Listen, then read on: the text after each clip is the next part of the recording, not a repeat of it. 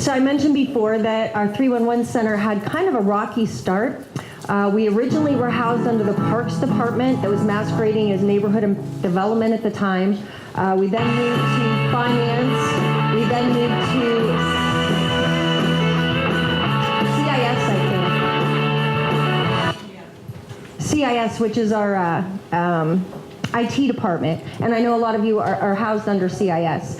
And when we were there, we were always sort of the, it wasn't very inclusive. We were sort of off on our own and very separated. So one of the other things that our mayor's done for us, I mentioned that he's given us some fabulous new colleagues, is provided a new director of CIS. And it's no longer CIS, it's Innovation and Performance. And let me tell you, it's a whirlwind. The changes that have come, not only physically to our space, but the whole structure of how we operate now. And we are a true part of that department just as much as anyone else is, as is our cable team, which did this great production. So we have to give a shout out to them as well. Our department is headed by Debra Lam. She's worked all over the world, done some fabulous things, and finally came back to Pittsburgh. So I proudly introduce our new 311 director, Debra Lam.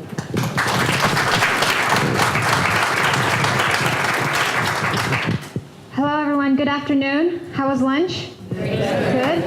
I know that you enjoyed some of the exercises that you did earlier this morning. So I know coming after lunch, you might be getting a little bit tired. But so if you all want to stand up and stretch a little bit and feel like a bit more relaxed, please, by all means, like get your afternoon stretch out before we get our keynote speaker. And you can have, full attention. So welcome to Pittsburgh, everyone. How many of you have been here before? How many of you first time? So yes, thank you so much for coming to our lovely city. This is, I know you're catching us in some rainy weather, but this is a good time to be here with so many activities going on. I'd just like to, first, before I begin, take a special note, and actually the video did it much better than what I was going to do, but tell you, all the cool things, and maybe brag a little bit, but tell you all the cool things that 311 in Pittsburgh has been happening, and it's a true credit to Wendy Urbanic's leadership. To that. I mean, in a short period of time, as the video told you, in a year and a half, less than a year and a half, we in Pittsburgh have expanded our 311 hours. We've accepted service requests via Twitter. We have over 4,000 Twitter followers, over 1,600 service requests that we do. We've also obviously have implemented a new CRM. That we're going to be expanding throughout the different departments and whatnot.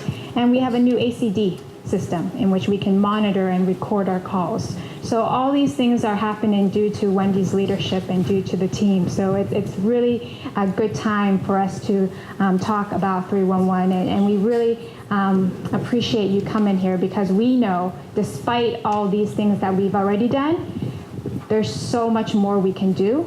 And we know that we can learn from you as well in terms of your respective work and best practices and whatnot. So thank you. So just a little bit about our group here and the diversity. So you probably already know most of the people here, but we are very lucky to host around over 32 different call centers from around the country. So big credit to everyone. I was lucky enough to talk to people from Durham, from North Carolina and Florida, and we have people come in as far north as Alaska, Tacoma, Virginia Beach, all over the place. We have people hosting 3-person offices, but some that are hosting 100-person offices around call centers. So it's a really diverse group from all over the country that we represent. And so as Wendy says, as a boomeranger and as a rather newcomer to city government, I find two really remarkable things about call centers for government that you represent. The first is that If I ever have any questions about how local government works, or who I need to talk to, or how I need to get things done, and you know that information isn't readily available, I actually just ask Wendy. Like I could ask the mayor, I guess, or I could ask some of my colleagues, but you know, the person that really knows like city government, not the way it officially works on paper, but how it can actually be applied in terms of that knowledge, is 311 and the rest of you in terms of the knowledge base that you have. I think this is one of the big challenges that, you know, collectively your knowledge of how local government works is astounding, incredible. How do I actually get the permit process to work? Who do I need to actually call in order to do X, Y, and Z? And what do I need to say to them? Or what kind of paperwork do I need to do in order to move that forward? That knowledge base is incredible. And I commend all of you for, you know, not only learning about it, but keeping up with it, but also sharing it. It's very easy to just do your own thing and not be as open about this. And what, at the end of the day, what keeps government functioning and what keeps it going in terms of operations is your knowledge of that government working at many different levels. And it's a credit to all of you. And I'm constantly impressed by that kind of knowledge, because I want to actually pull Wendy's brain out and put it into a book, so then I know exactly who I need to talk to and what to do at various points. The second bit that I find really incredible about customer call centers and call centers for local government is the customer service. At the end of the day, your main goal is to provide quality customer service. And that is incredible because, as you know, people aren't nice all the time. You know, and to maintain a certain level of decorum, to maintain that level of professionalism, because ultimately, as you know, you represent the city. You are the first point of contact for the city. And, you know, that patience that you have to provide and that knowledge that you have to share takes a certain level of, I would say, specialness. And that's another thing that I think is really great. When I see, you know, despite, you know, some irate customers, despite customers who just might not understand you or, you know, might be very frustrated, you are able to provide just the highest degree of service to them. And I see that with my team. One of, maybe Wendy shared it with you, her goals is to meet every single city employee in the city. So all 3,000 plus city employees. And I'm always amazed by that goal because I feel like she already knows everyone. But, you know, that's still an amazing goal. And I know that at the bottom of that goal is really just customer service. And with that segue, actually, I would like to have the honor to introduce you the only local government chief customer service officer in the country, Rosetta Carrington Lue, from our fellow brother city, Philadelphia.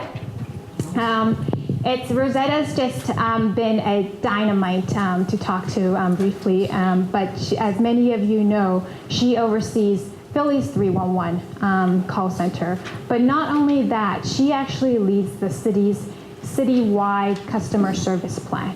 So at the heart of her job is really to provide customer service training, customer service strategy, not only within 311, but throughout the city and internal operations.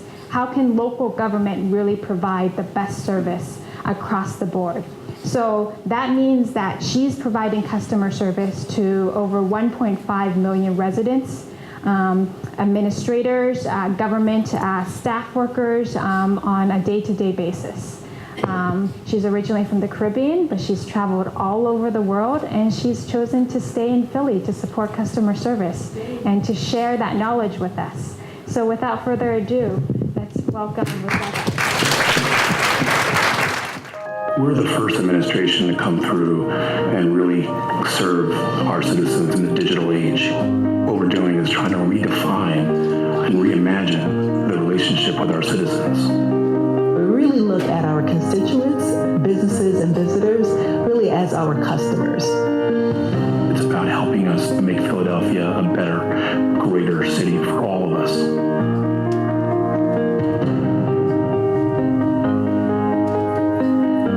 We have to be available when our customers are available. So we've had to change in regards to the channels that we provide to our customers, and Service Cloud helps us do that. It's not just government being responsive and acting like a call center, but actually creating that internet of citizens that we're talking about, where that connectivity is really in the cloud and all around us. And that's where I think we're headed. What we found in the city of Philadelphia is that everyone had access to a smartphone. So out of that came this fantastic mobile app. Having the 311 app in your pocket, wherever you go, is really a marvelous tool. And with that app, you can report almost anything going on in the city that you find, whether it be a pothole, an abandoned vehicle, graffiti. Once people start to see change and it really starts to take hold, then they start to really step up and take responsibility for that neighborhood. You want to be able to submit something that you see. Graffiti is a large problem in Philadelphia. There's a lot of vacant lots in North Philadelphia. The fence is broken at the playground. The app allows you to report it. Walk through, snap a picture of that. Click, the picture is worth 1,000 words. You get the geo-positioning of the incident. It's so easy. You can actually follow the progress of the call as it goes through the different departments. You can see when they sent the crew out. You can see when the problem was solved, and then you're satisfied. I've seen great things. I've seen the playground turn into this magnificent place. We're helping the community and all communities become safer across the city. And as a mother, what more could I ask for? I think that's where it starts, is really having it be in your DNA, that you care about your neighbors, that you care about real community and what that means. We are here with Salesforce because we believe that Salesforce shares the same DNA. There are ways in which we can collaborate that really makes a fundamental difference in the way people view the city. And with Salesforce, we have the tools to do that. We're building trust that was never there before. We're using our call centers, our community engagement. We hear the feedback, we work together, and we actually show outcomes and results. The sky is the limit, and the potential is way beyond anything that you and I could imagine sitting here today. Today's a new day.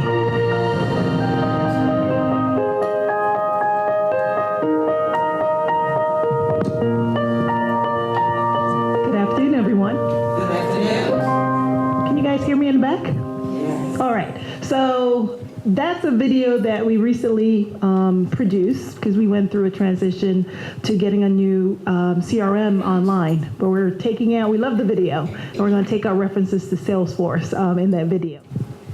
So when Wendy called me to come and speak before the group, there wasn't really any hesitation. I haven't met Wendy personally, but I've heard so much about her, and I love her enthusiasm, especially overseeing this type of organization and the event that's happening around 311. I want to say welcome from the city of brotherly love and sisterly affection. I know you're the city of champions, but we have our own motto. So I'm really happy to be here. One of the things that we're going to talk about is going back to what Debra was stating about some of the things that 301 does. We're all in the same business, right? We all are trying to please our customers. That's what we're here for.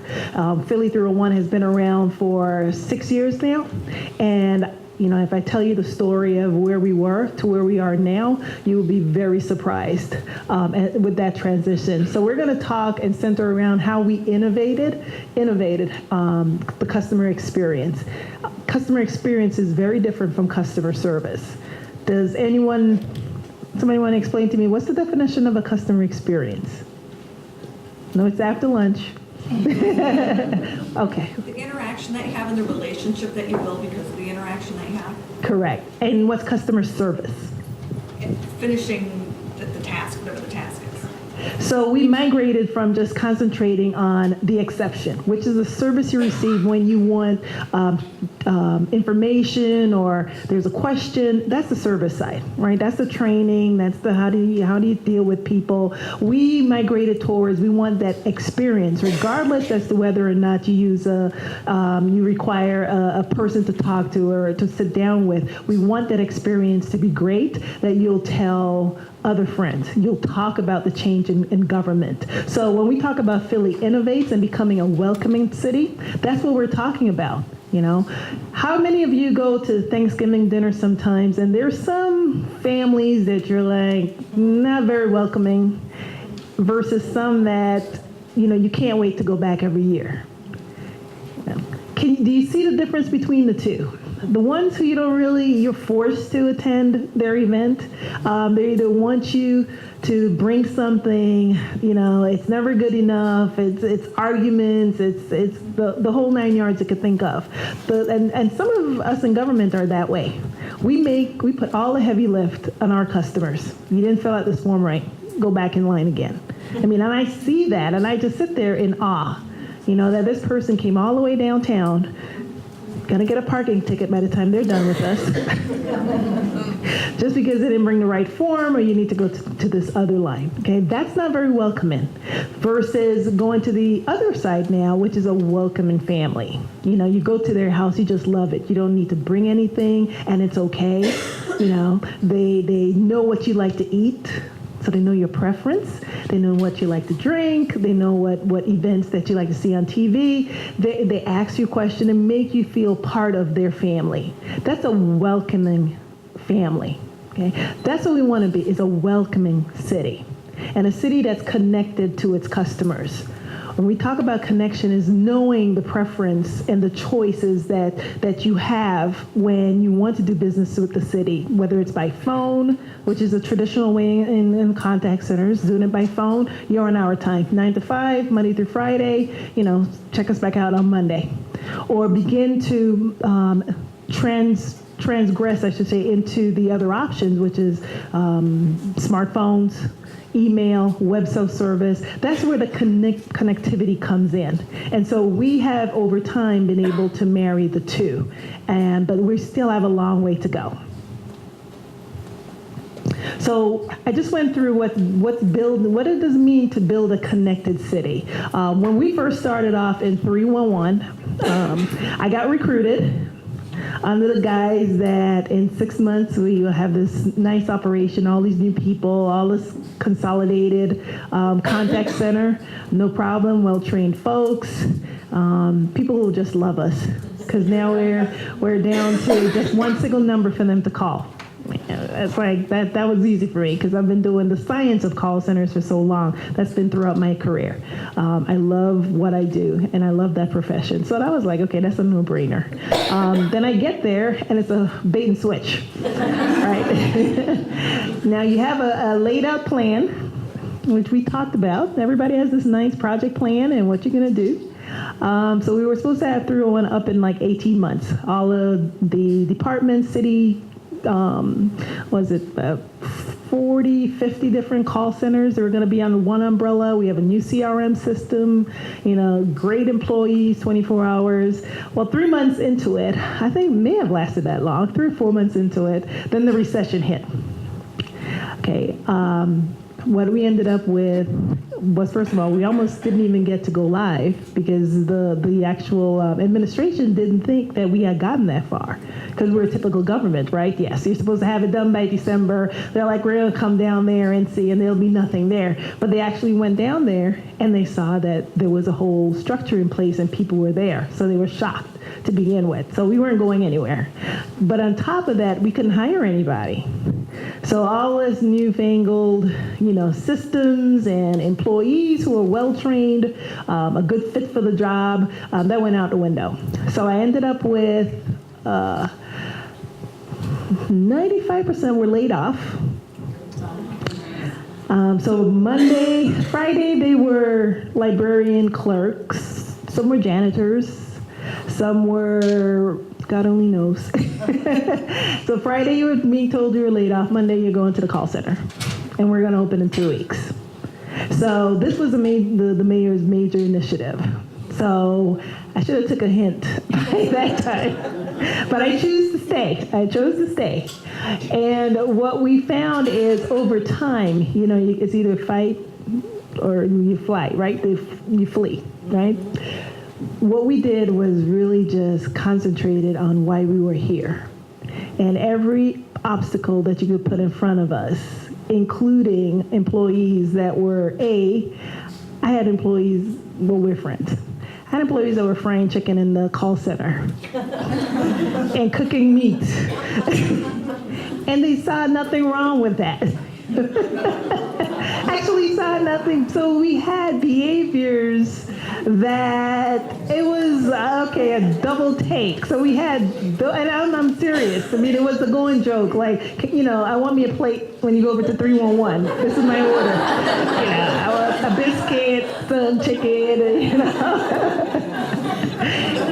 So we had that, and plus we had employees that, again, customer service is not meant for everyone. And even though you had the label of being a customer service staff person within the city, that wasn't your job. It takes a certain kind of people to do what we do. Okay, so we had people, the customer was mad, they were mad too. So it was tit for tat. Sometimes we just had to hang up the phone on the person because there was cursing out going on over on one side and ma'am, and so we're running around. That was the life for us for the first 6 months, just trying to get us to move forward. But there was an investment that was made in the organization by the mayor. And we just had to see the light in order to get that done.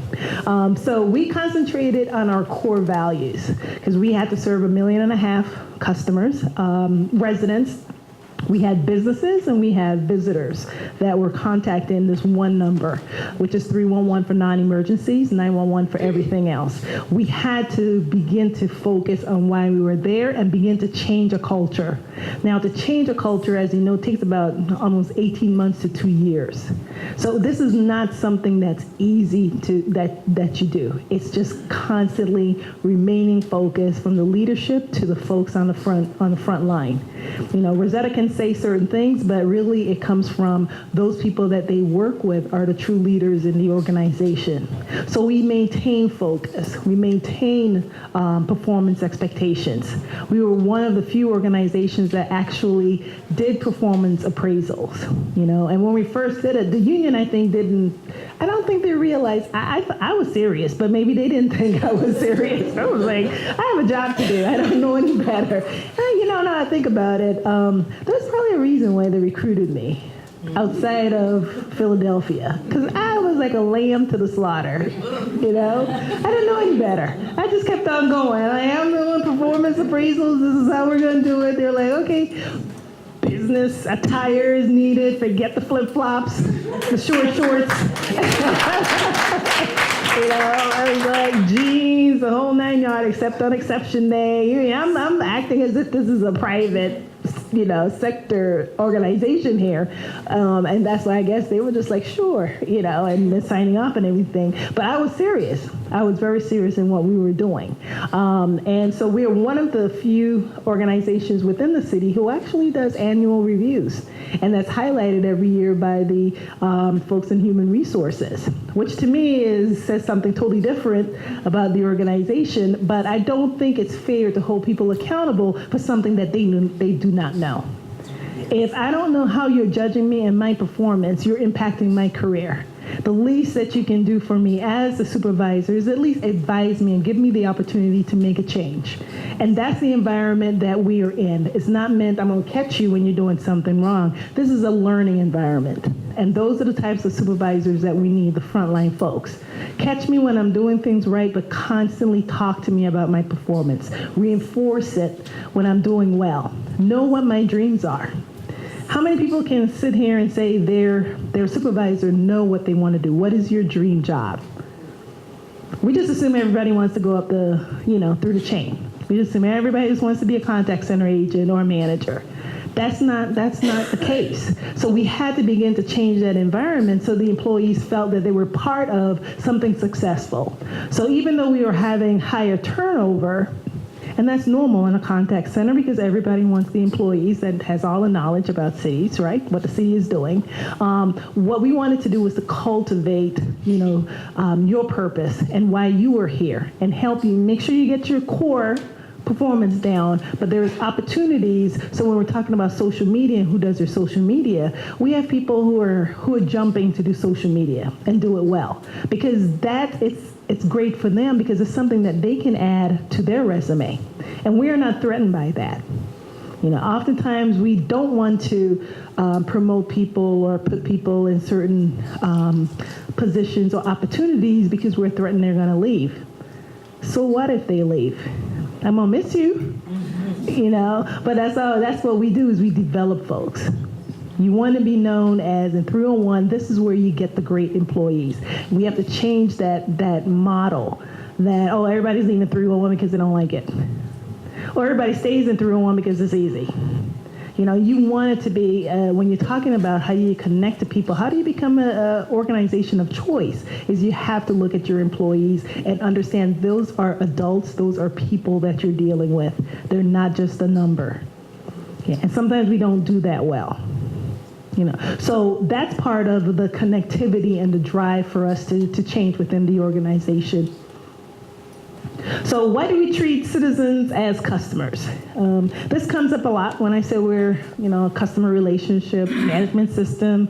We have 1.5 million residents, and customers are a part of that. We do have residents, and residents are those who reports a lot of the issues within the contact center, but we do have a lot of visitors. We have people who are driving by and want to report a pothole. Those are customers. Customers, as defined in Webster's dictionary, is anybody who receives a service or product. Okay, that's a customer. You're doing something for them. So that's the umbrella that we fall under. So a lot of the things and the trend that you're seeing in 311 is moving away from just citizens, because we handle more than just citizens. I'm sure when you were talking about all the service requests that are coming in, I'm sure they're not all residents. Right. Though they're customers, they're our customers. And so that's what you hear a lot when we talk about the customer experience. We're talking about the general body.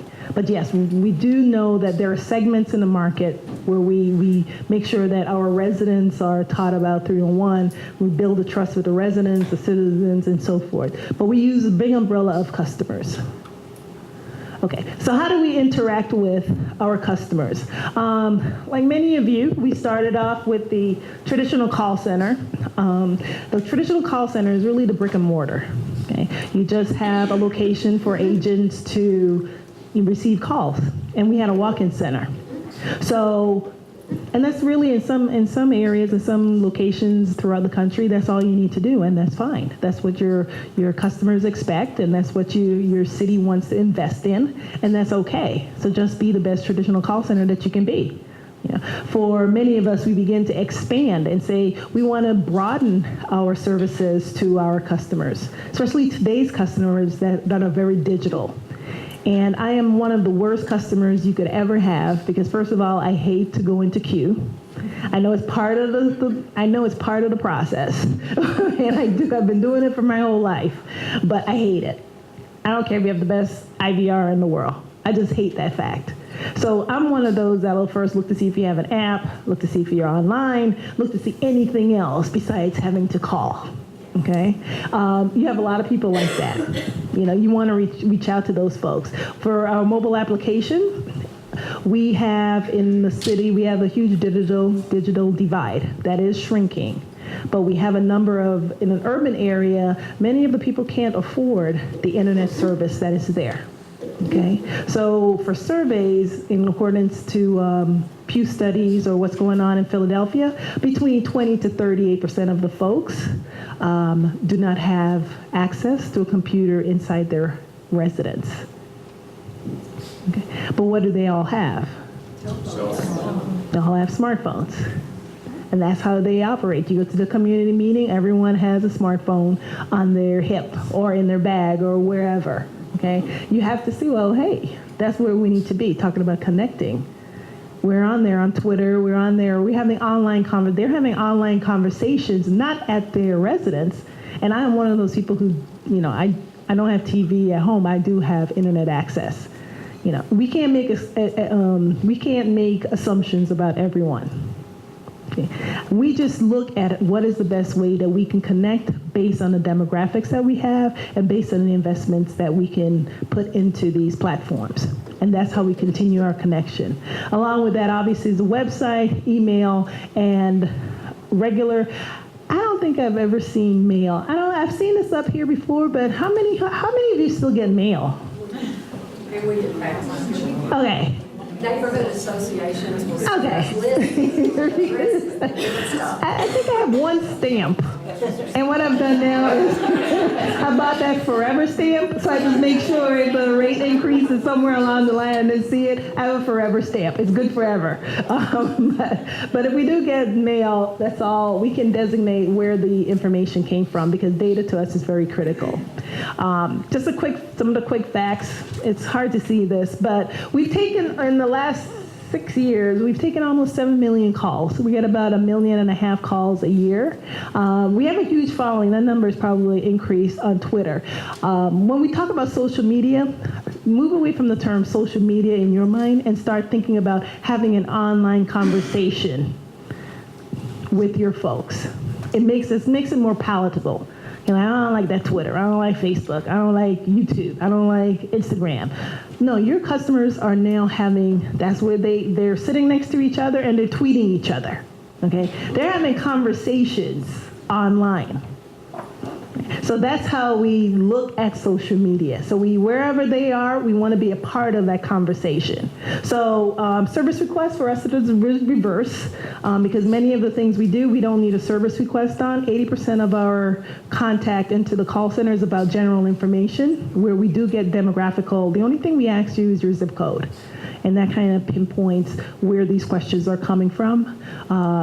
In case we go to a neighborhood, we can say based on the zip code, here are the things that you're asking about. The other 30% of what we do is service requests right now. That's where there's a quality of life issue that's happening in the city that you want to get reported. And then from there, we get out of that business and the activities are reported back from the department directly to the customer, either via the website that they can put in their reference number, or if they use their mobile application, that notification instantly comes up on their phone. So they can see all of the activities that are happening. For us, the key is transparency. We do not want to let people believe that we have more information than we actually have. Okay? And that was always, if you look at the old culture, that's how you kept power.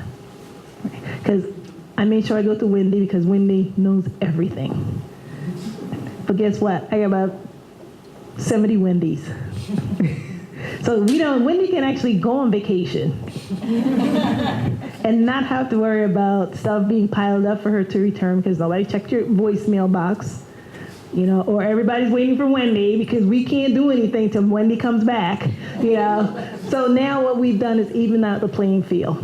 So transparency for us is key. That's where our knowledge base is key. So as we learn new things, we put them in the knowledge base. The agents are advised that we have a process that you put these new things into the knowledge base so that no one person is a go-to person for everything. Okay? So you see a lot of the stuff what we're doing is really becoming efficient through our walk-in center, website, the mobile app. And again, I'll continue to talk about the mobile app because that mobile app within the last 3 years has really become the #1 way that customers get in contact with us outside of a telephone call. And that's tremendous for us. So let's get into connectivity and innovation. Because if you're going to become a welcoming and engaged, connected organization and connected 311, you have to begin to look at your process to innovate them, and you have to use technology. So the great thing about Wendy, I won't keep using her, is the fact that her group falls under, this chief of innovation and performance. operations staff member over here, where they can at least have a dialogue and they can see, using data and feedback, where there's opportunities for technology to help streamline a lot of the processes. Because you want to move away, if you're going to become connected, you want to move away from all these manual processes that you have. All these forms can be automated. There's nothing really you cannot do with technology except you need to have the dollars for it. Okay, everything can be automated right now. So move away from how you solve problems in the past of filling out another form and the customer needs to do this. Begin to look at how can we better improve this process. So what we've done in order to improve the process is begin to engage our customers, meaning it's a two-way conversation. So we're no longer just telling you, and in traditional government, they tell you, here's what you're going to do in order for you to get something done. We can advise on policy, because that's the law. We have to follow the rules, but we also want that two-way communication and that two-way feedback. Because if we're going to improve and we're going to have raving customers, they need to feel like they're being heard. And many times, have you taken surveys over and over again? You're just like, I want another survey. Because you don't ever get the results back as to what changed with all the time that you took to answer those questions. That's one of the most irritating things that you can do to a customer, is survey them to death, because that's the way we get feedback. We need to send out another survey. But then you don't let the customers know, like, here, based off the information you gave us, here are some of the results and the changes that we've made. And that's what we have been doing within our operation in the city, is using a collaborative process to bring people in and say, okay, we're starting this new program or instituting this new technology. What do you think about it? And give you that feedback instantaneously or in a very short time. And what's that doing is really empowering customers to go, you know what, I could trust them. They begin to use your services more. They begin to tell others that try them. You know, you never know what can happen. So a question came up earlier today about going out into the community and what we do. And one of the things that I saw when I first started 6 years ago is I would go to these meetings. In fact, I went with, Maura Kennedy. She actually works here. Right. So it was me and Maura, who didn't know any better, because we were the new ones. We'd go out into these communities and we'd be like, we got 301. And she was over licenses and inspections, or working with them at the time. And so her job was to explain all of the issues while the customers lined up and had their tomatoes and was just like, see who's going to get hit first. So, see, I used to set her up where she didn't know any better. So I would bring all the good news, and then I'll be like, LMI, here's Maura. Because there's always issues, permits, inspections. Is like, the thing with that operation is that people don't see what's happening. So they just assume nothing is going on, right? Whereas with streets, they saw the garbage was there yesterday, they came back, it's gone. So you're not going to have the same type of frustration.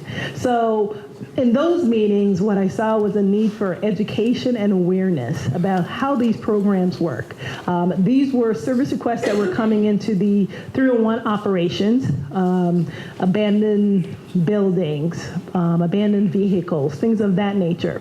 Why have an agent or a customer wait online for 15, 20 minutes, because now he has like 20 of these locations that he has to enter for his whole neighborhood, and you're sitting there just going one through one. We figured out a way, why don't we just make it such that they have access to our system, they have the service level agreements, they have access to the knowledge base, and guess what? You now can knock yourself out and exactly put things into the system and see how it works, because there is nothing to hide. So slowly we began these neighborhood liaison programs, and now we have almost 2,000 active and engaged liaisons that are out there. These people, what they do for us is not only take away from having to wait into the 301 operation to get a rep, they can now enter service requests online, or they're using their smartphone. And in fact, we have an elderly couple that they've put in at least 1,800 requests over the last year and a half. And what they do is they're retired, and every morning they're not just concerned about their property. They go and they walk the neighborhoods, and he points out all the issues. She takes a picture, and since it's geolocated, she can, it tells you, here is the location, is this correct? She just validates that or enter another location, and she moves on. The good thing about that is they can now go into the system and they get reports. So they don't have to contact us to say what's going on this account. They have the same information that we have because we've certified them with the training. There is nothing different that an agent can say that they don't know. Okay? And so that's why the program is very popular. And we continue to have these community heroes that maybe they're not formally assigned. I'm the president of blah, blah, blah association. You always have the nosy neighbor, who knows about everybody's property and who doesn't live here and what's happening here. And they come to these community meetings with these big binders, that they've been trying to get somebody to work on, for a long period of time. Now they have a service request number. So you don't need that big binder anymore, because we can tell when you enter the service request, and if it's overdue, we can help escalate the process. Okay, at least you have a number now, and that's what City Council loves the program, because they can say, what's your service request number? Okay, so when you go back to the department, it's not that, hey, we gave you this opportunity, you missed it. And that's a whole different conversation than constantly starting over, because Wendy is now on vacation, and Wendy was the one I was dealing with. I like that. Right. So it's that program, this is one of the things we talk about innovation, that really didn't cost us anything. That just cost us the time to go and train folks. We didn't need any new monies for that. But what we got in return was an army of community heroes that now understands the process of government and now can speak to their neighbors about how long things should take, and why things they think aren't done when they say they're done. They can research locations for these customers. So they're really an extension of our operation in the field, who are a group of volunteers and an army of volunteers. So we talked a little bit about the mobile app already. It's not just for the younger audience. Obviously, the person that put this graphic together is one of my younger folks. And they have a tendency to think mobile app is only for younger people. And their version of young is 29, 30. You're like an old ancient skeleton. By the time they get to you, like, you're old. No, this mobile app is, I'll just highlight some of the things about the mobile app. For us, the reason that we've won awards on this app is because, first of all, it's translatable into 17 different languages, which includes English.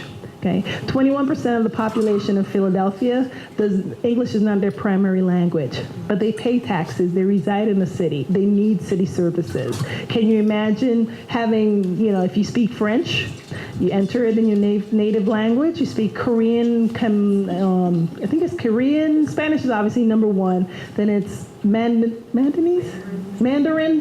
all the Asian language. They're like the next four highest volume of folks needing translation. Korean is in there.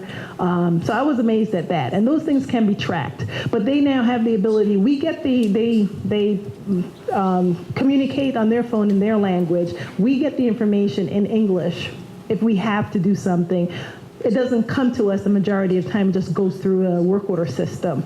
If there is a comment that they want to answer a question, we get that request in English, even though they wrote it in French or Spanish or whatever the 17 languages are. And that's how we can see things without having to know every single language that's out there. This mobile app also has the ability to, you can look, it's called widgets. You can add things to it in real time. So you can add after-school programs, or somebody came up with a hackathon and we put election polling information on there. I mean, it's very flexible for us to use. One of the best pieces of technology that I can say that we haven't had any crisis or it's down. It has been very stable for us, and that's why I think it continues to be very popular within the city. Obviously, we're on Facebook and Twitter. We talked about that. And we in regards to connection, how many of you actually use social media or go online when it comes to crisis management? Okay. Right. So what do the others do when there are weather issues out there? How do you communicate to your folks? Everybody just calls your, that's it? Okay. I would say one of the things that I would encourage you to do, even if you're not really, your risk tolerance for going on social media very timid right now, is to at least have an account, okay? What we did is we have a social media working group, so we make sure everybody understands what the policies are for the city. And they're very simple. I mean, don't do anything that you wouldn't want to see in the newspaper the next day. Okay. The people that we pick to go on social media is just not because you're young, you're the person. We pick people we have a success profile. They're credible, they're reputable, they're curious, and they can write. Okay, so they're not using the short text, call you back, LOL, LMO, LLM, AO, all this stuff. The customers will read you online, okay? So you learn how to, what we always say is really anything positive, you put out there things that are positive. If you don't want to really begin to push things out, you don't have to accept service requests online. We didn't when we first started. So what we did when we first started was just listen. We just followed folks, just followed people who were in our industry and just listened. That's what you call is listening. Then we started putting things out, meaning the call center was inundated with the same type of calls today. We started pushing those out, those FAQs. Is school open? Yes, school is open. Because what we're finding is a lot of people are more online, including seniors, including the fact that people outside of Pittsburgh are looking at your Twitter feed because they want to know what's happening. If something major happens, it's not just impacting the residents themselves. It's impacting their family or others who are outside the city. So during crisis is when we find media is watching us. We repeat the same information that's given to us from the press office. We're there anytime there's a crisis. We're essential personnel, so we have to be on site 24 hours. And that's why we're constantly just updating those feeds. And that works really well for us because A, it's consistency of information across the city. And also two, folks can, instead of calling us, and we have like 15, at one point we had like 10, I thought I saw like a 2,500 or some ridiculous number in queue. Many of those are for the same question, is school gonna be open today? So we put it on our IVR, so you don't have to wait for an agent. We use social media to get the same information out. So it's more consistency across the board.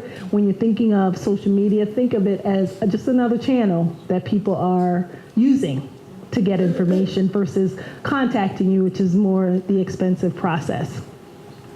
Okay. One of the things that really drives, let's see, what time is it? I want to go over.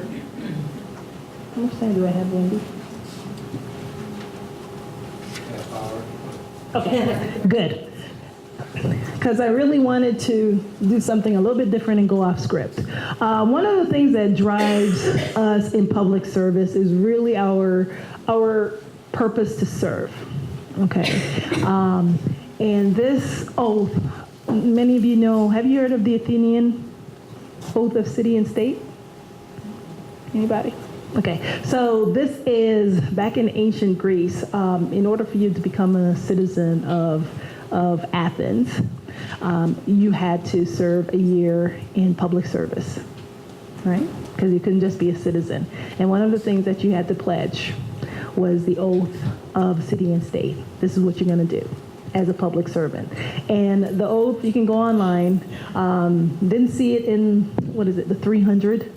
Didn't see that part, but you could see the vigorousness and the passion that was there with those folks. With the Athenian oath, this really goes to why we're here. And when you look at the oath itself, there's one section of that oath that talks to us and talks to me and my folks and really the mayor and his team as to why we continue to do what we do.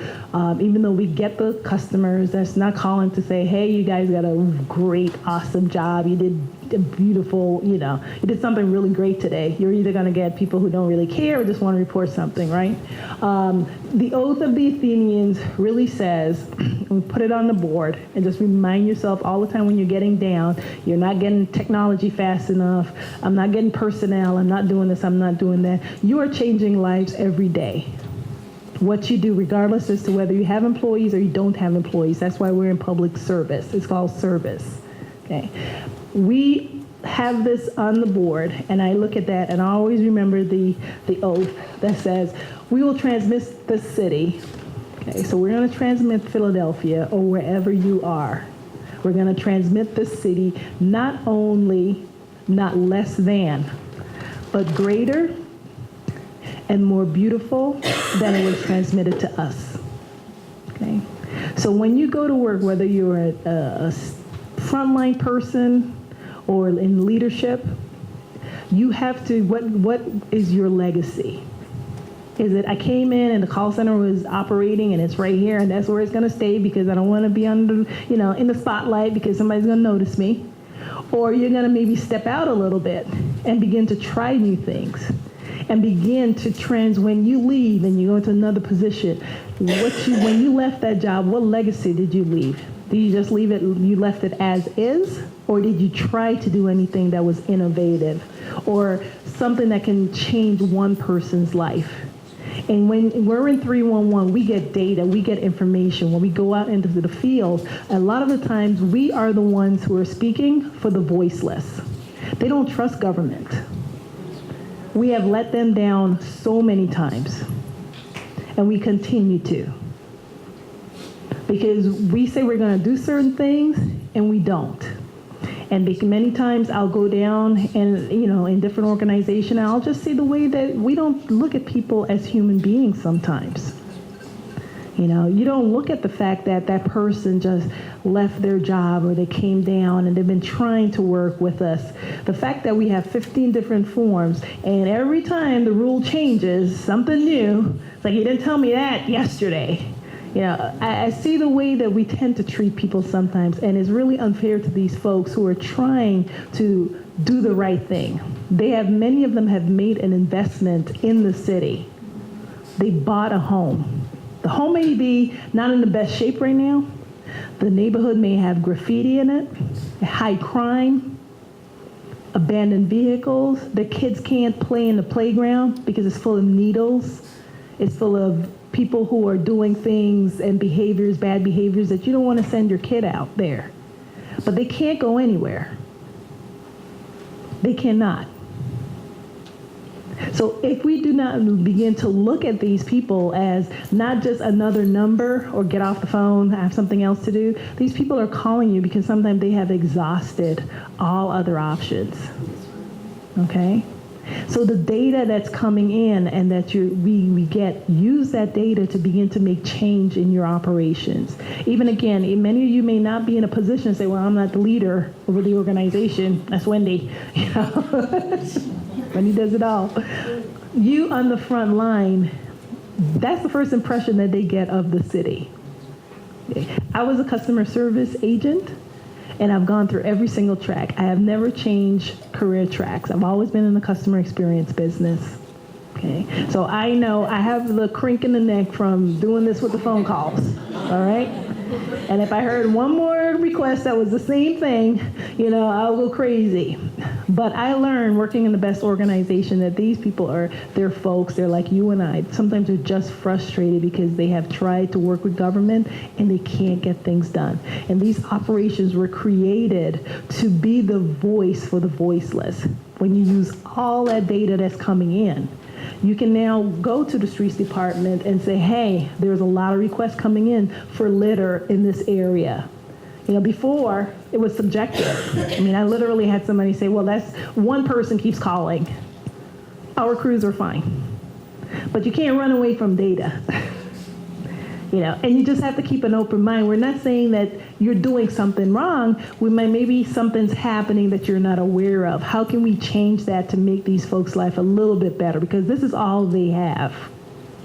Okay, they can't just up and leave and go to another city. Like, I don't want to go shopping at Macy's. I'm going to go to Target. They don't have that option. They can't go someplace else and get their permit. They can't go someplace else and get a license. They can't go someplace else and get a pothole repair. Where are they going to go? So when we're talking about being connected, having people connect to us and that we understand them, we really need to walk the talk. We need to meet people where they are. If it's going online, I know you personally, you're afraid to go online, but that's where your folks are. That's where people are communicating. That's where they're getting their information.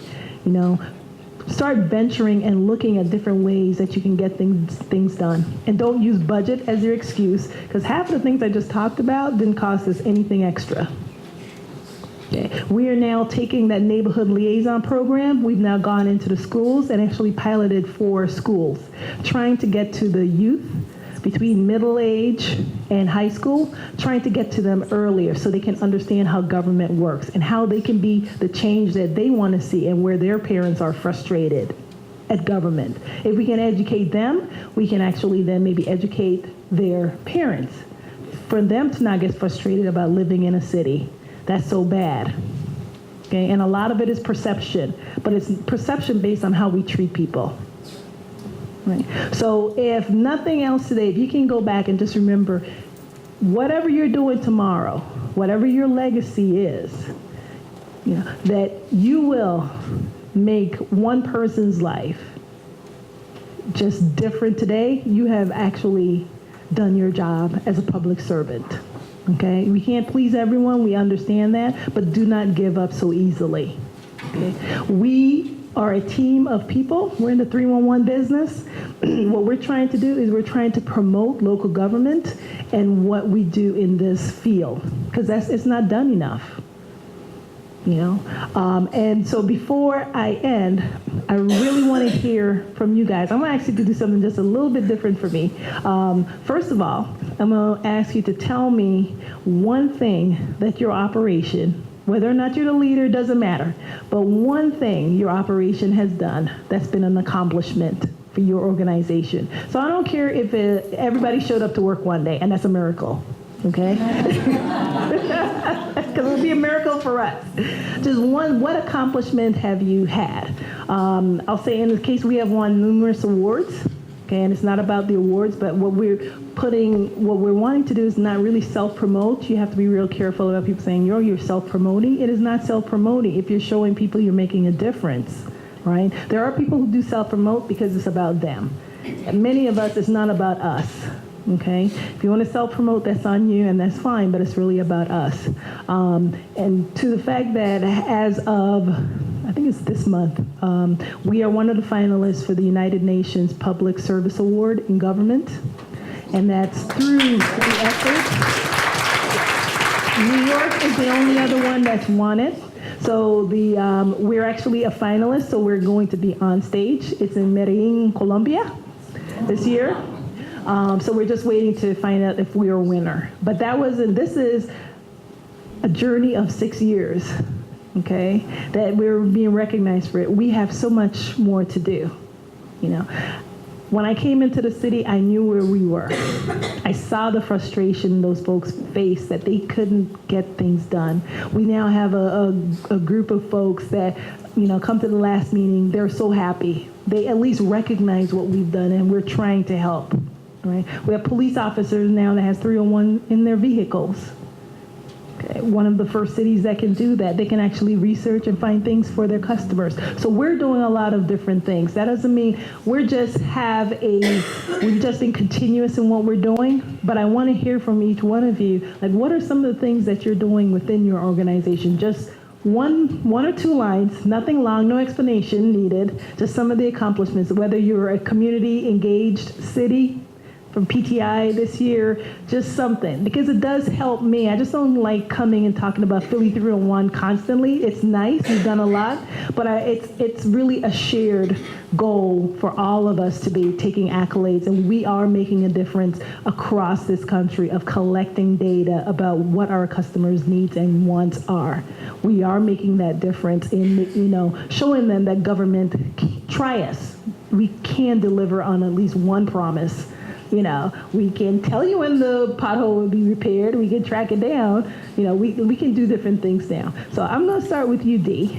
Let me knew she was going to do that. I knew it. So what I want, just when I pass this mic around, just real quick, I'm gonna ask everybody to do it. You can't say I don't know anything. You're working in the operation. You have to know at least one thing that you can say. I'm from, this city, and here is what we've done to improve the life, to transmit the city of wherever.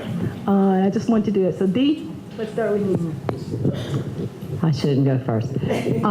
Well, we've done a lot of stuff in Charlotte, but I think the one thing that sticks out to me, and I think we actually won an award for this, is we bring in the summertime high school kids in, and we train them to take one call, but we make them adhere to the rules just like they're a regular employee. They have to dress right, go through the training. And it's just really been beneficial. And sometimes I see the kids out in the community after they're done, and they come up, "Oh, Miss Creighton, thank you for the opportunity. I'll be back next year." And their parents will even say, "Wow, thanks." So it's really been a great thing for the kids. Good, great.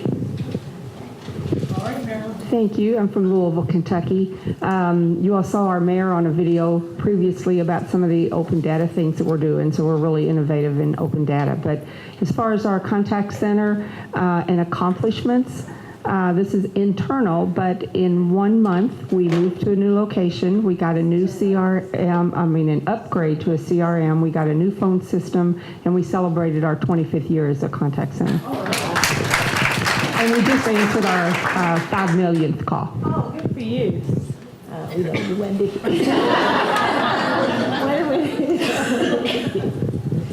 My name is Melinda. We're with Durham, North Carolina. We've done a couple things. We spearheaded a customer service professionals conference for all the people in the city employees that perform customer service functions. So as the contact center, we spearheaded that. We did that last year in 2014, and we're going to do it again this year during National Customer Service Week. Wow. Remember these people, if you have ideas, if you want to copy this. Hi, I'm Mona Moore from Durham, North Carolina, and we hire summer youth, and we still have her. She's now with us Monday, 3 days out of the week. She went to school, and then she comes back to work for us. Oh, wow. That's great. That's a great ambassador. Hi, I'm Rebecca with Minneapolis 311. And I guess one thing that went live this year was citywide an open data portal, and 311 has been a major contributor of data to that open data portal. We have a long way to go as a city as far as that goes, but yeah, I think that we're kind of on the leading edge of that. So, Hi, I'm Deb Hudson from Minneapolis 311. So many things. We've been live for almost 9 years now, and one of the things I can attest to is I'm hearing so many positive things, and it's encouraging to know that we are still on trend with what's going on, and I'm very, very excited about that. Hi, I'm Lisa Good, and I'm also with Minneapolis 311. 6 years ago, I started on our virtual agent program. We were the first 311 call center, I believe, in the United States to have at-home agents. And I was involved in that project from the beginning to the end, 1.5 years worth of work. And it's been wonderful for us. So if anybody's interested in that, come and talk to us about development and the problems that we dealt with. But we're very proud of that program. Hi, my name is Natasha. I'm from the Hampton 311, and the accomplishment that we have experienced internally, I've been with our 311 for less than a year, but our director established New Day, New Way, where we are trying to take our services, including technology and things of that nature, to the next level, and also in line with our company culture. So I believe that's an accomplishment. Okay, great. Hello, I'm Tiffany, and I'm also with 311 out of Hampton, Virginia. And she kind of stole mine. It branches off of our new customer service initiative, which again is New Way, New Day. And one of the things that we've been successful in with that is recently we've been able to get new business from our city department partners. So a lot of times when we have like neighborhood events, they're starting to use 311 staff for registration. And then that also helps us at the same time because we're able to get the word out to more people about 311 that may not have necessarily known about it before. Nick Scheider, Denver 311. One of the big things that Denver did this year is over half of our staff, which is about 32 folks, are either a green or black belt in Denver Peak Academy, and this is an incredible program. We're innovating in Denver. Denver's a big innovation city. The city has saved millions and millions of dollars, and this is all based on ideas that come from our Peak graduates. So if you are interested in the program, I would definitely go to denvergov.org and check it out. It's Denver Peak Academy, but we're recognized across the country for this. But half of my staff have been through the program, and I'm very excited about that. Hello, I'm Kendra Carter with Lexington, Kentucky, and one of the things is in our outreach program, we have an organization in Lexington called Habitat for Humanity, where they build the homes for. Well, 311 is now part of their criteria, the classes that families have to take, so it's a great way to get our name out there and educate the public. Hi, I'm Kat from Lexington, Kentucky, Lex Call 311. One thing I'm most excited for, we just broke ground to be part of the Public Safety Operations Center. So it's going to be 311, 911, and emergency management, and I'm missing one. Us, 311, okay. Also, I'm hearing a lot of people talk about the mobile app. We've had a mobile app now almost 8 years. We just got it updated. I'm very proud of that.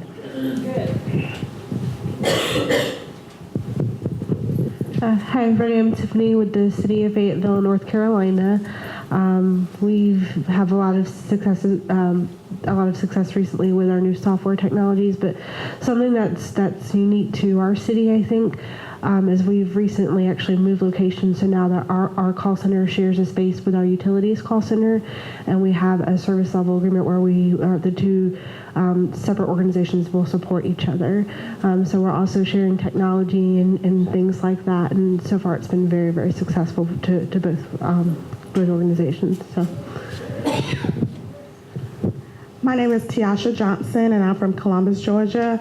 I recently took over the call center about the end of February, so I'm still learning about things or ideas I need to change or implement. But one of the things that stood out to me is pretty much internally a lot of cross-training that I'm doing because in the past, a lot of people couldn't take vacation because only one person knew a task, but now that's going to change. And another thing that stuck out with me was as far as the online system is about entering requests and following up with citizens. That's our main focus. People can go on vacation now. I'm Ronnie Sue Johnson. I'm with the Washington State Department of Social and Health Services, and ours is a statewide contact center. And we also have a home teleworking program, which I'm going to speak about tomorrow. But one of the things that what we do is public assistance. And so one of the things I'm proud of is that my contact center staff, a small group of them, helped transition clients that used to receive Medicaid and services with us to under the Affordable Care Act to the exchange. And that may not seem like a big thing, but this is a pretty vulnerable population who don't self-manage, self-service very well. And the Affordable Care Act exchange infrastructure is all about self-service. And so we had a call-out project to help folks who had not made that shift but needed to soon or lose their medical. We were doing call-outs, reminders, what can we do to help you get them over and transitioned, and all of the clients on the list that we received got transitioned. Hi, everyone. My name is Brett Fitcher. I'm also State of Washington Department of Social and Health Services. And we just recently implemented a workforce optimization software solution so that now we're forecasting, scheduling, have centralized performance management and speech analytics for our 1,800 agents who are in our storefronts, in our back office, and in our call center operations. Hi. I'm Ann Fogaris, and I'm with the 211 Center here in Pittsburgh. I appreciate the opportunity to be here and learn about government call centers. So learned a lot already today, and I see a lot of similarities. One thing that I'm proudest about for our call center, which serves 11 counties in Pennsylvania, is the work we've recently done with our tax season. During tax season, the 211 centers and United Ways work very hard to make sure people who meet income guidelines can have their taxes done for free. So that service was offered to every person who called into 211. Not only that, we made sure they were aware of the Affordable Care Act insurance program eligibility guidelines, so that if they were connected to one program, we tried to make sure they were connected to another program, because one of our core values is that people have lots of different needs, and just because they don't know to ask for a program, they shouldn't know to ask, we should offer. Hi, DJ Russell from Hampton, Virginia. And we've had two things that I think went really well this year. We've been trying to implement some sort of telework program, in particular during bad weather, so our staff didn't have to drive in but could take calls from home during snowstorms, assuming they have power. And so we did that this year, and it went really well. And so our staff could stay home and take calls in their pajamas, and but still be very professional. And then the other thing that we did was that we partnered with Habitat for Humanity as well as city government to register people for a program where they go out and do repairs in certain neighborhoods. So that was a big deal for us to partner with another organization. Hello, I'm Beth Krauts from Oklahoma City, and I guess a couple things that I'm most proud of. I have a staff of 3 others beside myself, so we're a very small contact center, but we celebrate 40 years in the business next year. But I started going before police recruits and training them on the Action Center. We're a 7-digit number. We're not 311 yet. So because they have all the technology in their cars. And so they used to send us what they called actiongrams with things that they saw out when they were driving around, and now they put them through our online system so that it doesn't have to be re-entered by the contact center staff. So that's good. And also we do for the citizens, it's the #1 thing that they request from the city every year, but we do a Code Enforcement Government 101 seminar for them. And part of that is 3 20-minute, we call it speed dating, but it's 3 20-minute roundtable discussions, and we have all the different city departments that handle code enforcement issues and whatnot. So they can talk to animal welfare, they can talk to solid waste, they can talk to all these different divisions, code enforcement divisions, and actually learn from them. They bring pictures. You were talking about the big binders and stuff. So they can learn a lot that way, and so we implemented that a few years back, and it's been a real successful program. So. Hi, I'm Denise Nichols. I'm from the city of Columbia in Missouri. We have a small contact center with 3 CSRs. So we just had our first year anniversary in April. One of the things that I'm really proud of is that our frontline CSRs, as all of us, feel a part of the team because you're allowed to comment on all the scripting that they use. So any suggestions, they're able to email out, let management know that this is a problem, we need more information on this. It makes everyone feel more of a team when you're able to input on things that you need. That open management policy as to going for any need, no matter what the tool or the scripting, really keeps everybody feeling like one team. My name is Carlin Self. I work for InContact. I'm a vendor. Our technology is used by the majority of United Way 211s across the U.S. And one of the things that I'm most proud of is that when there is an emergency like a wildfire, we're able to bump up the number of agents so that constituents can join in and help them take calls. My name is Rosalia Johnson from Raleigh, North Carolina with the Department of Insurance. I am proud of our Seniors Health Insurance Information Program division. We counsel seniors across the state on their Medicare benefits, Medicaid, as well as their state retiree benefits. And open enrollment runs from October 15th through December the 7th. And during that time, we counsel thousands and thousands of people, help them switch their plans for the new year, just sort out all their benefits, and it really does help seniors a lot. So we get a lot of feedback from that, so we're definitely proud of that program. Hi, I'm Bree Bailey, also with the North Carolina Department of Insurance in Raleigh, North Carolina. Rosalie and I work together. What I'm most proud about is that our Deputy Commissioner has created a committee called a Blue Ribbon Panel, where they select about 2 or 3 people from each division of the Department of Insurance for just information. And the thing that I'm proud about that came from that committee is the new training program that was implemented. Good afternoon. I'm Monica Chihovlis with Jacksonville, Florida. There are many things I'm proud of, but the thing that I'm most proud of is making a difference in people's lives. I have a team member that was a single mom, didn't graduate high school dropout. She is now her own business owner because we worked with her and found out really what was her purpose in life and allowed her to achieve it. So that's what I'm most proud of. I'm Carol Rhodes with Columbia, Missouri, and my colleague Denise Nichols stole my most proudest accomplishment, and that is we just celebrated our 1-year anniversary on April 7th of 2014. And I guess I'm also most proud of Denise because she has been instrumental in the development of the contact center. She has been by my side since its inception. So thank you, Denise. And thank you to a lot of you in the room whom were so gracious in sharing your policies and procedures with us so that we could get our feet off the ground. So thank you.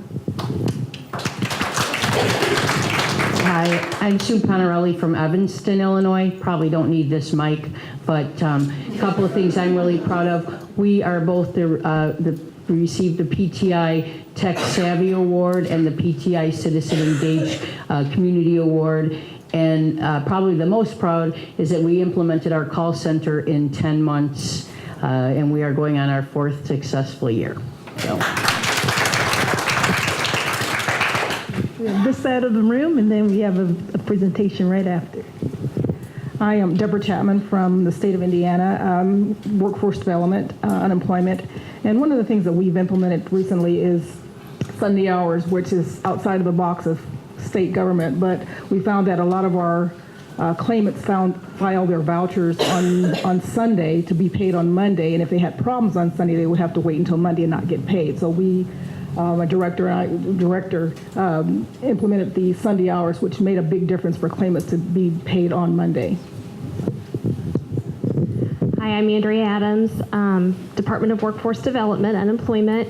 I'm most proud of my supervisors because that report to me, because the past year they have worked very hard to partner with each individual CSR in our call center to help them to reach their desires and develop them professionally or anything that's going on in their personal lives. So I'm very proud of each and every one of them and what they've done to help and step up and help. And, you know, it's really made a difference with our attrition. So. Hello, my name is Noah Shelton. Public speaking is my biggest fear, so bear with me. One thing that I'm proud of is in our agency, I'm from Indiana BMV. In the past year, in July of 2014, we implemented web chat so that our customers can interact with us in a new channel, and those interactions we handle in under a minute, so it's going well so far. Hi, I'm Susie from the BMV in Indiana, and I'm pretty proud that we took over 2 million calls last year, and our average talk time is under 3 minutes. Greetings, everyone. I am Janet Nelson. I am a retiree of Charlotte 311. I retired in 2010, but let me tell you, the customer service goes on. I have taken what I learned there and I'm still using it. I train and develop and reward. I still do all of those things. And I'm proud to announce that I recently looked and found a telephone system that we could use in our church, and trained and developed everybody who had to use that on those phones, and it's working properly. Hi, I'm Carolyn Malone with the City of Memphis 311 Call Center. My most proud moment at this point is we just created a leadership training class for our bilingual speakers of City of Memphis, and we did it from February, March, and April, and they're actually going to be graduating tomorrow. They had to attend at least 3 classes, well, at least 2 of the 3 classes to graduate, and our bilingual speaker in our call center led the training class, and it was a really big reach. If you all know that some bilingual speakers do not trust the police and they don't trust city government. So we had our first participation. There was 35 neighborhood associations in the multicultural areas of the city. So that was a big accomplishment for us. And also we have our new 311 ad tracker that will be implemented next month, where the citizens are able to go online and track requests that are on the that is called in or on the online, and you will be able to see what's going on in your neighborhood, if it's your potholes, if it's weed complaints. So you'll be able to look at and see what's going on and see what information is given and how it's going to be fixed, when it's going to be fixed, and things like that. So I'm really proud that we worked on that for about 6 months. I'm Dan Wietrick with Sarasota County.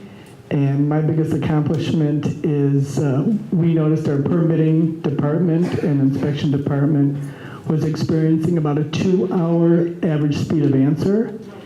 And in Sarasota County, we have tremendous growth and we want people to move to Sarasota, and we were giving them the wrong impression. And so my counselors stepped up, and then within 2 weeks, we started taking all of their calls. So, and my other next best thing that I've done all year is I hired this guy.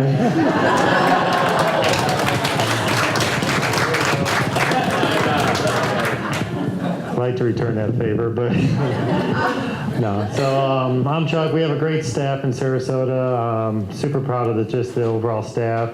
A lot of the speakers today said, customer service is definitely something you can't teach. You either have it or you don't. All we do is coach to make it better. The biggest accomplishment I've seen is I'm big on going out to find out the answer why. I ask why a lot. But overall, no matter what department I walk into, everyone is receptive and wants us to help.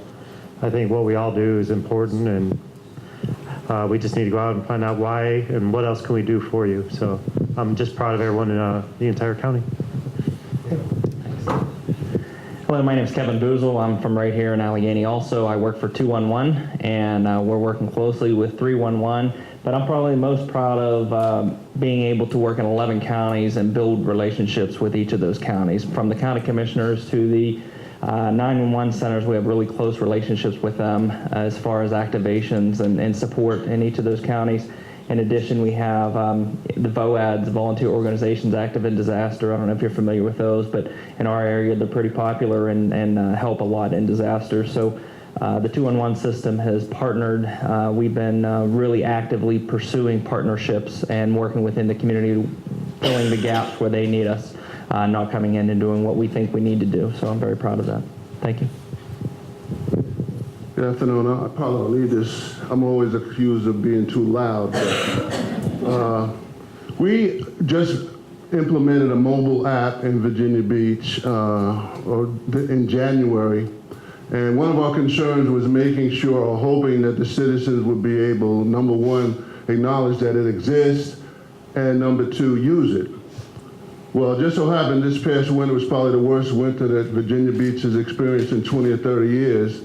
So once the snow melted, we had potholes all over the city. So if anything, the application is more popular than we want it to be, because Now we're kind of overloaded, we're kind of backloaded with orders, but the good news is that the citizens are using it. We were able to implement it effectively, and now we just hope they slow down on the usage. I'm Wendy Woods with Virginia Beach, Virginia. I'm under Bob's wing. One of the things that we've done is to step out is to become more technology friendly. We assist with reverse 911 notifications or emergency notifications, whether it's a rabid animal or road closure, boiled water. Well, we used to do those only to landlines. Now we have the ability to have citizens sign up to have their cell phone numbers notified in the event that there's emergencies. So we are taking baby steps, but we're getting there. Hi, my name is Jennifer Sabin, and I am a customer service liaison for the city of South Bend, Indiana. You saw our mayor, Mayor Pete Buttigieg, on the video talking about the open data. I am very proud that we partnered with the community investment department in our city to help screen people for the South Bend Home Improvement Program, which a lot of people that can't afford to fix or repair large type of repairs on their homes that would cause a safety concern could get assistance with that through us helping to screen them for eligibility for that program. And our mayor has been very proactive in fighting blight. I heard that earlier, but he has 1,000 Houses in 1,000 Days initiative. And I think that just being able to take calls and to help with residents being able to get assistance to repair their homes can eliminate adding to those 1,000 houses. And we do also have 2 bilingual liaisons that are an awesome asset to 311 in South Bend. So we have a large Spanish population. And I will let my director give you the stats. My name is Cynthia Simmons, and I'm very happy to be here from the great city of South Bend, Indiana. We went live just about 2 years ago, and in that time period, we've taken over 500,000 calls, which is a lot for us because we were only given 6 weeks before we went live. And I got my staff 6 weeks before we went live, and the IT director, after about 6 months, looked at me and said, I didn't believe that you guys could pull this off, but with the help of the good Lord and being allowed to kind of handpick my crew and not be threatened by their potential and their knowledge and letting them fit and flourish and function in what they do, knowing them as people and trying to help them with their career path, I'm very proud of that. My name is Janice Biggs, and I'm from St. Louis County, Missouri, which is not St. Louis City, it's St. Louis County, but we are home to the much maligned and probably now famous Ferguson, Missouri. So the one thing I'm probably proud of this past year is that my staff of 5 showed up for work every single day, even though our buildings were under lockdown. We had National Guard roaming the halls. We were surrounded on the streets by protesters throwing rocks and everything you can possibly imagine. And it still happens. Like last Friday, they're marching down the street again. And the credit of my staff for getting yelled at and hollered at and screamed at, and we can't wear our badges out on the street anymore, and it's just ugly, but they came to work every single day. And kudos to our leaders who now, finally, we're in the assessment phase for being more open and responsive to the citizens. It's unfortunate it took something like that, but I think the reaction has been good.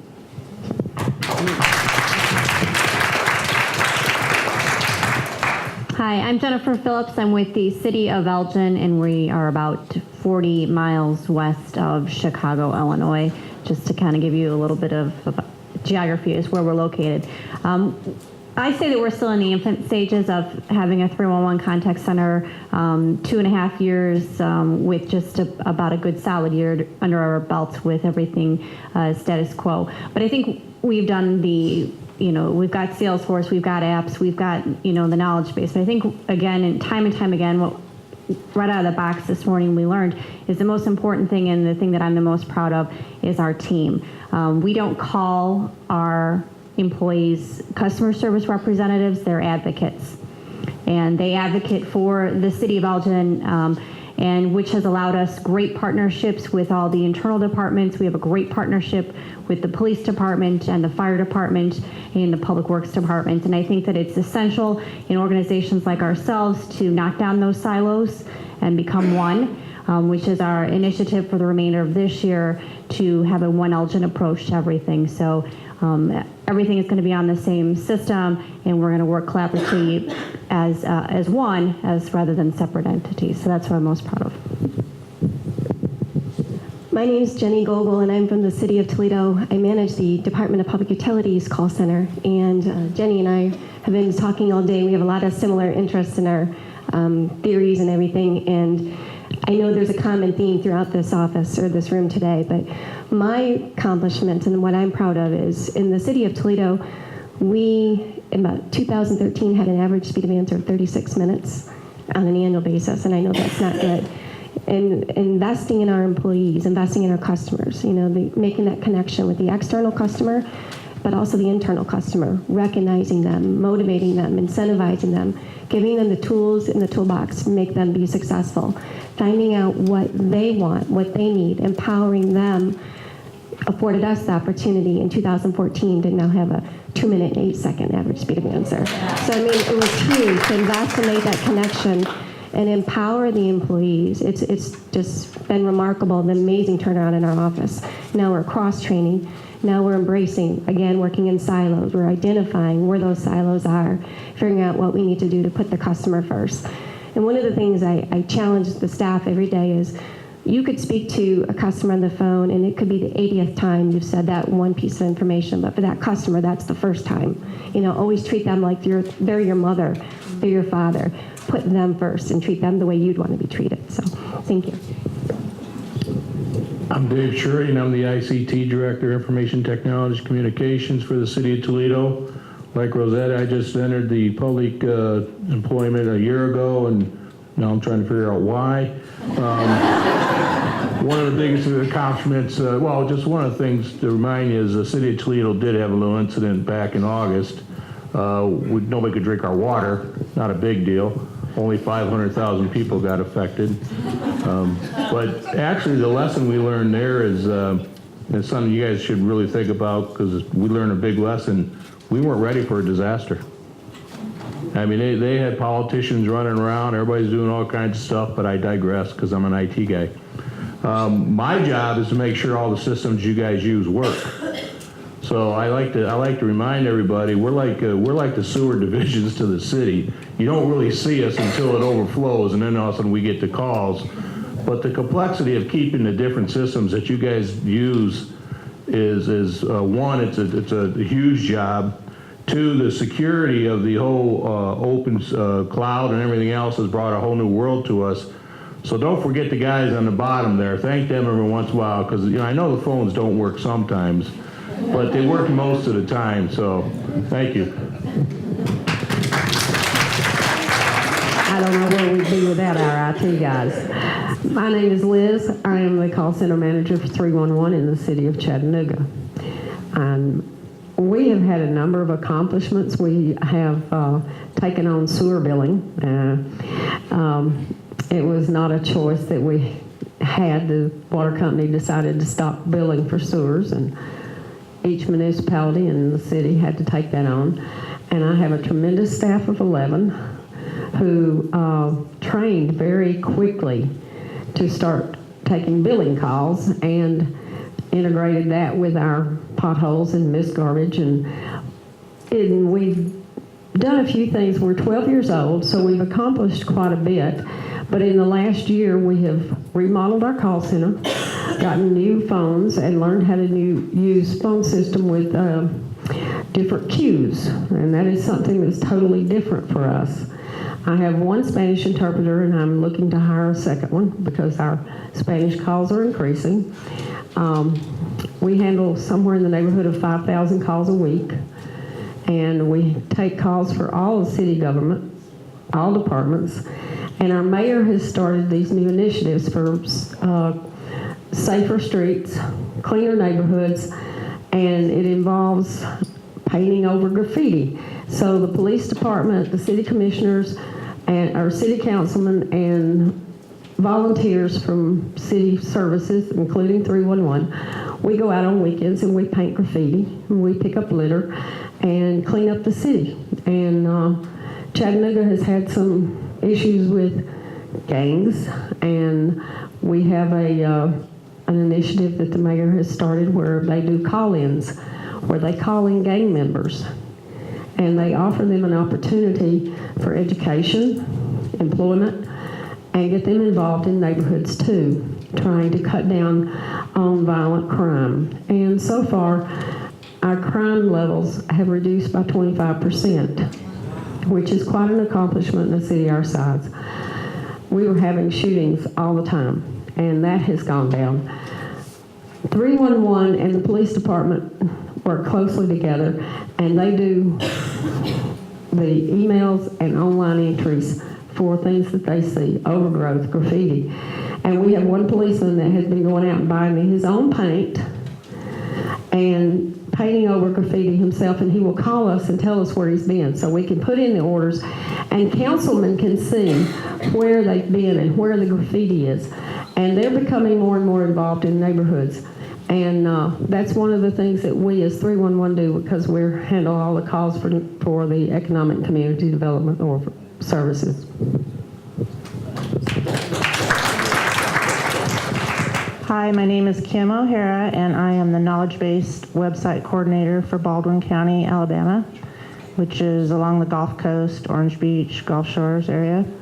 We don't have any potholes, hardly ever, because we don't have any snow or graffiti that I've ever seen, but we have a lot of visitors, and we have a lot of elderly retired people. And so we get, I don't know how many calls we get a day, Shannon can tell you that, but what I'm most proud of is our CSRs. I hear them, I sit in the call center and I hear them every day take calls that I don't even know where they get the answers, but they go out online or go above and beyond, and they've helped people get food, people that were crying, that were getting their babies taken away. I mean, they just really go above and beyond, and I just couldn't be really more proud of them for all they do. Thank you. I'm Shannon Spivey. I'm also with the Baldwin County Commission, the Customer Relationship Manager, and I am proud of the fact that I think we are ready for a disaster, because we have them quite regularly in our part of the world. So much so that even though we are in the CIS department, we co-located to the emergency management facility so that we're always there during an activation, and the relationship has gotten so good that they're actually doing a statewide activation exercise this week, while me, their call center, service center manager, and our knowledge-based website coordinator are here, because we have people so cross-trained that they can handle anything that comes up.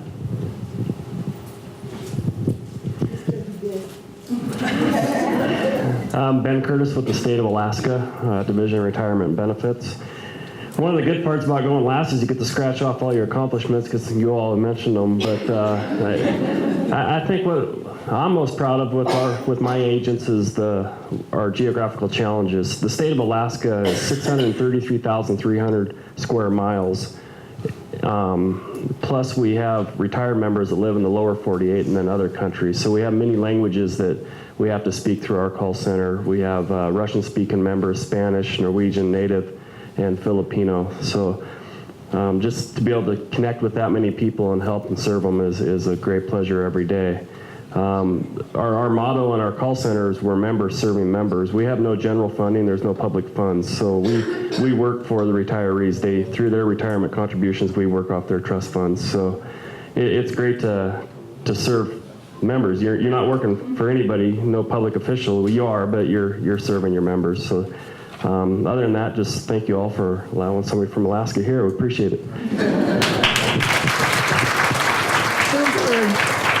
I know we went over a little bit, but I wish we could take all this good information and publish it somewhere, because I don't think people fully understand and appreciate all the good work that you guys are doing. So again, thank you, and I appreciate you guys listening to me, talking about Philly and what we're doing, but I look forward to hearing more good stuff coming from you and your teams. Thank you so much.